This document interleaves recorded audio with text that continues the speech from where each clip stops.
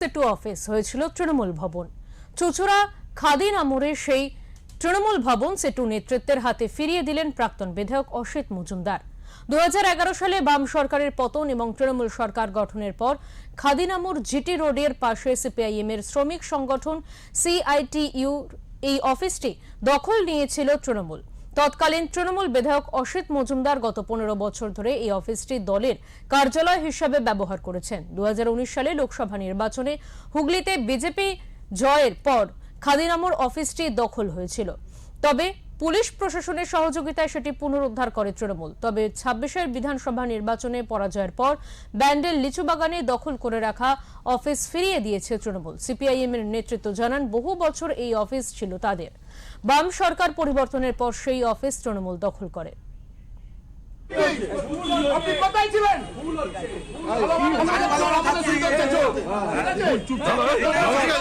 2011 সালের পর সারা পশ্চিমবাংলায় আমাদের বহু সিপিএম এর পার্টি অফিস এবং আমাদের ট্রেড ইউনিয়নের পার্টি অফিস দখল হয়ে যায় এবং তৎকালীন সময়ে 34 বছর বাদে যখন সরকার পতন হয়, যেভাবে তার প্রতিরোধ করা দরকার সেক্ষেত্রে আমরা অনেক জায়গাতে পারি না।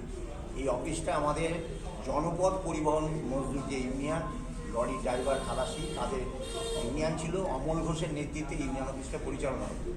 11 সালের পর এটা দখল হয়, আমরা সেভাবে বলিও নি এবং এমএলএ সাহেব এক্স এমএলএ বললো, আমরা অনুরোধও করিনি যে আমাদের কাছে দিন, যদি কোনো দিন পরিস্থিতি হয় তখন আমরা নেব।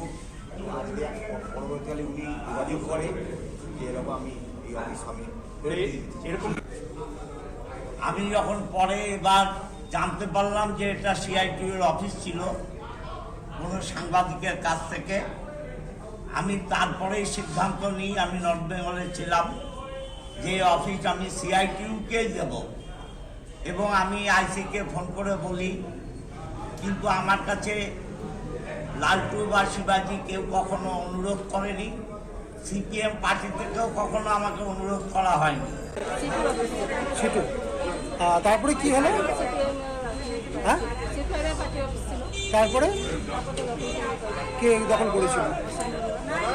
তা কি চাইবেন? আপনারা তো এখান থেকে দীর্ঘদিন ব্যবসা করে এসছেন, এখানে 25-26, তার আগে কি দেখেছেন? সিটি অফিসই ছিল। সিটি অফিস এখানে দেখেছেন আগে? হ্যাঁ, আমার